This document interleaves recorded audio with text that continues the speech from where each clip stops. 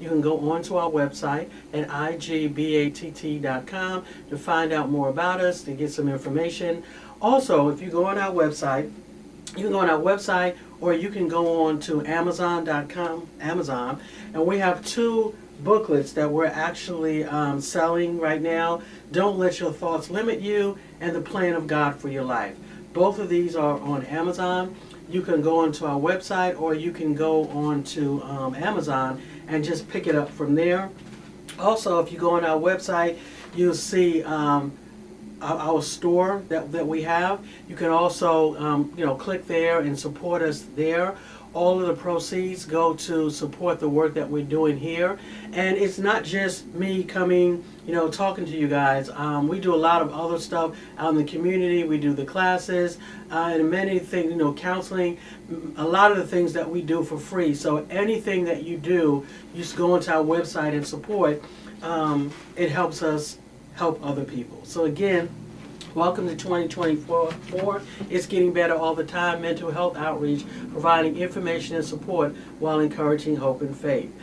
Today, I wanted to start the new year, talking about 10 things a person living with a chronic illness or a chronic mental illness should remember. So we're looking at 10 things that if you're living with a chronic mental illness or specifically chronic mental illness, then there are some things that we would encourage you to pay attention to as we go into the new year. Now, what do I mean by chronic mental illness? As we talked about on this broadcast before, we talk about severe and persistent mental illnesses.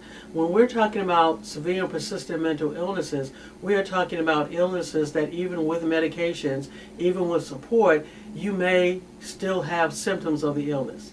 So when you have a chronic illness, that's one thing you have to know, that you're talking about an illness that can be chronic, right? We're talking about schizophrenia. We talk about depression, major depression in some cases. We're talking about bipolar and other illnesses as well. So the number one thing that you have to know is that when you're living with a chronic mental illness is, number one, that it is chronic. You have to know that. It is chronic. What does that mean? That means, just like I said, there are going to be highs and lows with the illness. There may be days when you feel better than others. There may be times when you do not have any symptoms and then something may trigger it. So by understanding that, by realizing that you're dealing with an illness that has to be managed, it can help you mentally. So number one, realizing that you have a chronic illness, an illness that needs to be managed. Because when you know that, then it's just, you put it in the category of just like any other illness, right? So if you have diabetes or you have hypertension, you have to watch your weight, you have to watch what you eat, you have to take your medications, you have to manage your stress. Same thing with a severe or chronic mental illness. You have to, manage your stress. If you're taking medications, you have to pay attention to your medications. You have to have a treatment plan. There are things that you have to do to manage your illness. Because a lot of times what people will do, they'll get the diagnosis, and then once they get the diagnosis, they feel good for a while because they know things are going well. They feel things are going well, and then something happens that triggers a relapse, so to speak. And then they feel bad about it. Like, what did I do? Why does this illness keep coming back? Why? When the fact is, you have to understand from the beginning that you have an illness that needs to be managed. You have a chronic illness, and you may have highs and lows. There may be gaps between the highs and lows. Some people may have bouts once a month. Some people once a year. Some people only one time. Again, it's about managing your illness and having the right mindset, understanding that I have an illness that needs to be managed. So let me look at my paper here and make sure I got it. Okay, so that was number one. Number two, it's important to have a relapse/crisis plan. What do I mean by relapse/crisis plan? As I said before, which is number one, we have an illness that needs to be managed. It's a chronic illness. So if you have a chronic illness, that means there may be times where symptoms will reoccur. So you want to ask yourself, what am I going to do when symptoms reoccur, right? So that is what we talk about, the relapse plan. When symptoms reoccur, what am I going to do? What are my symptoms? You want to know what are your baseline symptoms. Your baseline symptoms are symptoms that are there even with medications. They may be lower, But even with medications, you may still have some symptoms. For example, some people who have hear voices, auditory hallucinations, may note that even with taking medications, the voices are not as loud, right? They're at like really, really low. So that could be a baseline symptom that's a chronic symptom. The relapse symptoms are when your baseline symptoms are getting so far from the baseline that it looks like you could be headed for a full-blown relapse, right? So again, using that example, if I have auditory hallucinations and I'm taking my medication, I'm doing what I'm supposed to do, I understand that I have a chronic illness that needs to be managed, and my symptoms, the auditory hallucinations are at baseline, right? Something like a little mumble. I can hear the voices a little bit, sometimes I don't hear it. That is my baseline. But if I notice that over the next week or two, as time goes on, I'm noticing that those voices are getting louder, okay? That's an indication to let me know that maybe something needs to be managed, that something could be out of whack, something I need to pay attention to. That's why it's important for you to have that relapse, to have that crisis plan, so you can establish what your baseline is, so you can know what your symptoms are. So that way, when things starting to go out of, things are starting to change, you can recognize it a little quicker before it gets too far. The same thing, let's just say you don't have a severe persistent mental illness, but your loved one does. Having a conversation, sitting down and say, hey, what are your baseline? What are some of your symptoms? How do I know when things are getting bad? How do I know when things are changing? How do we know when this is not just baseline symptoms, but things are changing, right? One of the big things that we do know with severe and persistent mental illnesses or chronic illnesses is that stress plays a big role. Stress, again, could be both good or bad, and what's stressful to me may not be stressful to you and vice versa. So it's important for you to know what your stresses are. What are your concerns? What's going on kind of with you? So it's important to have your relapse plan, right? Because in your relapse plan, you're going to talk about your baseline symptoms. You're going to talk about, okay, what are the symptoms that would indicate that, hey, you're in trouble, okay? Who do you call? What do you do? The crisis plan, on the other hand, similar to a relapse plan, but the crisis plan adds a couple more components to it, and it's saying, okay, what do you do when you are to the point where you have relapsed? Okay, what is the crisis plan? Okay, who do you call? What hospital do you want to go to if that's the case? Okay, where are your medications? So the crisis plan, the relapse plan, everybody should have one. If you're living with a chronic, persistent mental illness, you should have a relapse plan. But here's the thing. This can apply to if you're just living with any chronic illness, right? You should always have a relapse plan. You should always have a crisis plan. Who do we call in emergency? And don't just list people. You want to make sure that these are people or resources that actually exist, or people that you can call. I've had people who will tell me, oh yeah, I can call. I'll ask the question, well, who can you call, in a crisis, or, who can we call in a crisis? And they'll say, oh, my aunt. Well, when's the last time you talked with your aunt? Well, we hadn't talked to each other in years, or I don't really have a number. This would be somebody that you talk to, somebody who knows that what's going on with you. So that's number two. Number one, understand that you have a chronic illness.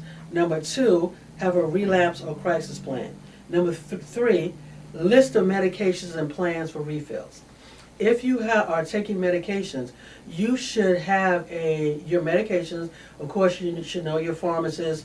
Other people around you should know your pharmacist, but you should also have a plan for automatic refills if possible. One of the things that the pandemic, taught me is the importance of being prepared, because we had a lot of people who needed their medication but couldn't get it, or it took a little while because of things that were happening. So if you're able to get your medications on an auto refill, if you're able to get a pharmacy that delivers your medications, that will be great. But it's important for you to think about, what would I do in the case of an emergency if I am unable to get my medications, right? Number four, you should know the names of the people on your treatment team. So if you are connected to a clinic, then it is important for you to know who your psychiatrist is, who is your clinician is, who is your case manager, Who are the people that you can contact if you need to?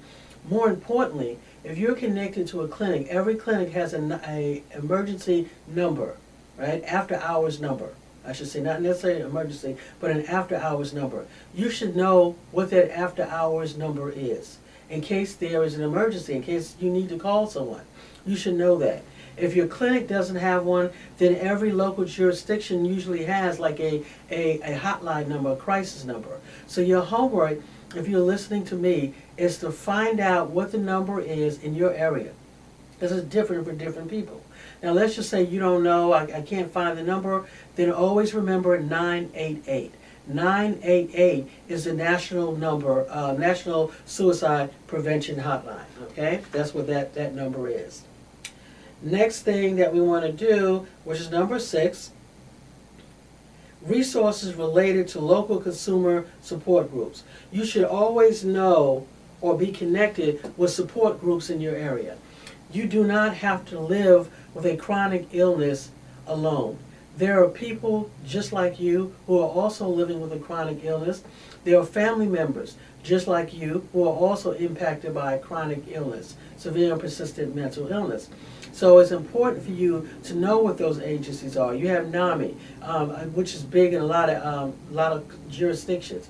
But it's important for you to, again, that's your homework. In addition to finding out what is the crisis number, the crisis plan number in your particular area, you also want to find out what are the support groups.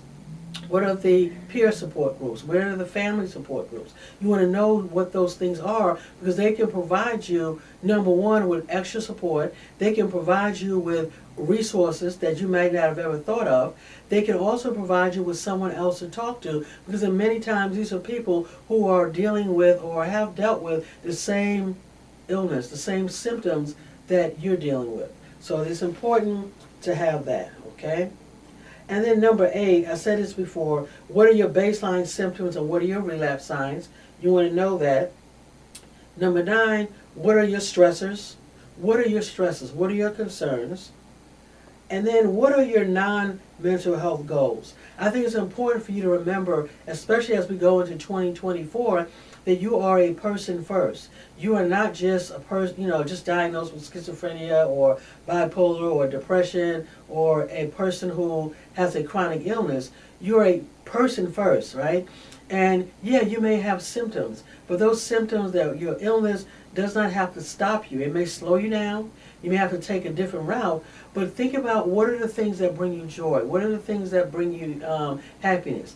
Don't forget to connect with a faith community if that's important to you. Connecting with others, enjoying life. You have a right to enjoy life. Your illness, your serious and persistent mental illness does not have to hold you back. You don't have to feel like you're in a cage, that you're a second-class citizen. You have a life. You can have a family, if that's what you want. You can get married if that's what you want. You can have kids if that's what you want, right? You can get a job if that's what you want. You can go on vacations. You can shop for yourself. You can buy things for yourself. And for some of you who are listening to me, you don't really understand that. But unfortunately, there are far too many people who are living with a severe and persistent mental illness who feel like having a mental illness is a death sentence. It doesn't have to be. You can still live, okay? As we say here on this broadcast, the only thing that's holding us back is us. Having an illness doesn't take away from the fact that you were created for a purpose. You have a reason for being here. God created you for a purpose. And having an illness doesn't have to stop that purpose. Again, you may have to take a different route. You may have to go slower, but you do have a purpose. You do have a reason for being here. Enjoy your life.